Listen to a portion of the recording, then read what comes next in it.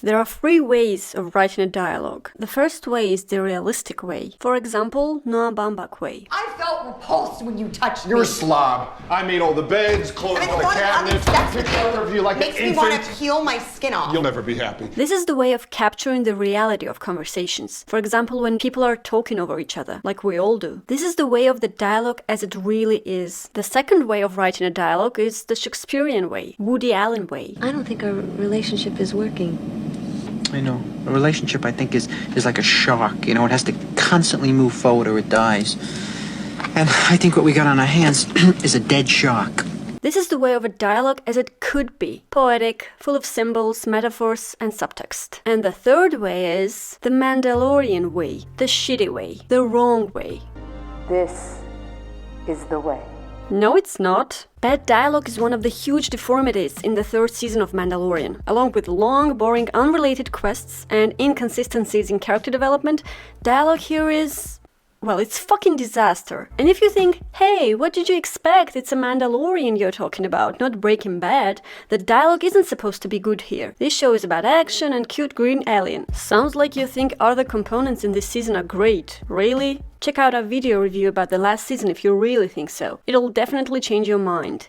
In a funny way. But let's go back to this video. You see, I'm not trying to compare Mandalorian with the movies I mentioned earlier. Of course it's not comparable. I'm merely comparing the abysmal state of this season's dialogue with those in the first two seasons. Remember the first two seasons? They captivated us with its originality and freshness. They weren't contaminated with Disney's vogue bullshit and stupid cliches. Hell, the first season used to be a beacon of hope in the Star Wars universe. Until Andor came along, of course. So what happened? How from this... As far as I'm concerned, if you can make it through your day and still sleep at night, you're doing better than most. it came to this. And the most impressive improvement is that it has me in it.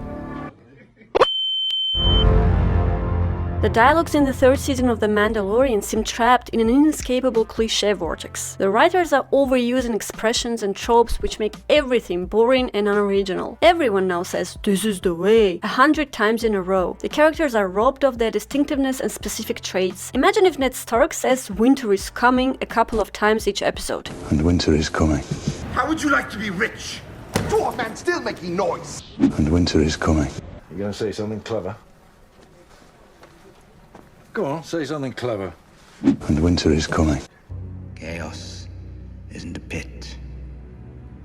Chaos is a ladder. And winter is coming. If it's swordsmen who rule, why do we pretend kings hold all the power? And winter is coming. The Iron Throne is mine, by right. And winter is coming. Winter is coming.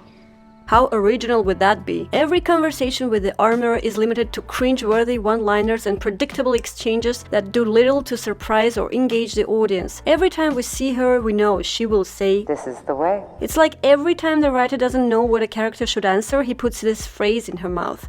This lack of originality, a sense of predictability and monotony diminishes the show's impact. The same can be said about the Mandalorian himself. At some point I wanted to count how many times he says, "This is the way." I didn't, cause I'm not that crazy. But believe me, it's a lot. Of course, not only the armorer and the Mandalorian are overusing the "this is the way" line. Every now and then the Mandalorians consider it's their duty to say it. This is the way. What is this? Is it supposed to be an epic moment? No, you just killed it. Okay, enough about the line I'm sick to talk about. Let's take this character. He's one of my favorite ones in this season. Every time he says a line, any line, I'm like, oh my god, just kill me someone. All his sentences feel forced and contrived. They don't reflect natural speech patterns or genuine human emotions. I get it, he's evil, but come on. Even an evil person can be a real person, but this one is not. He's an artificial script. I cannot connect with him, I cannot believe in his story, whatever that is. I shall deal with our Mandalorian friends. Oh my god. I will create an army that will bring order to the galaxy. Please stop this. Okay. Remember how non-vocal was the Mandalorian in season 1 and 2? Born on Mandalore, you believe one thing. If you're born on Alderaan, you believe something else. But guess what? Neither one of them exist anymore.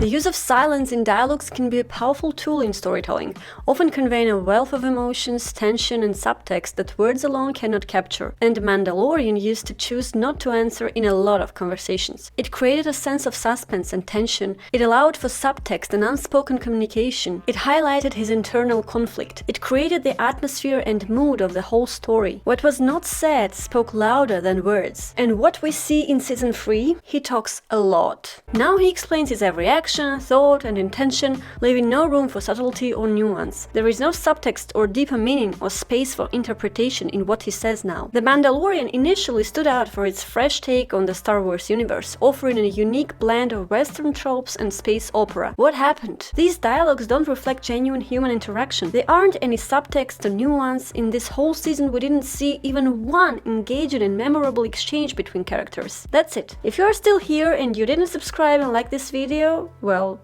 I have no words for you.